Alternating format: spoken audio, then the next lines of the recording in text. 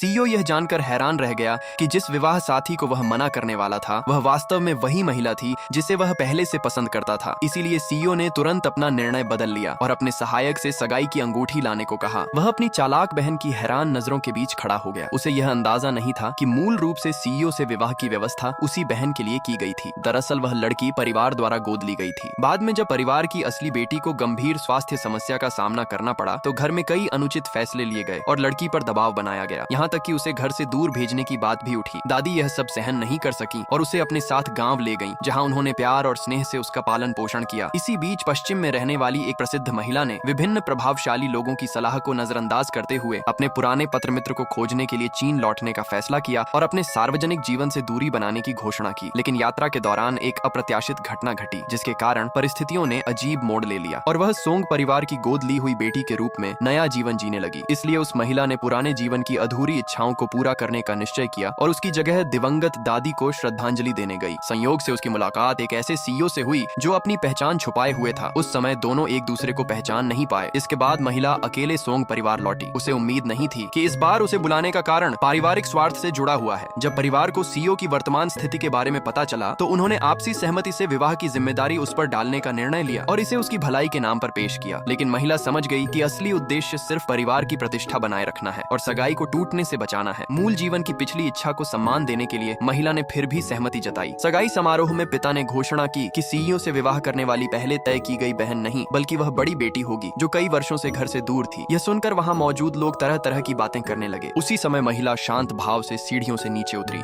और उसे देखते ही सीईओ गहरे आश्चर्य में पड़ गया।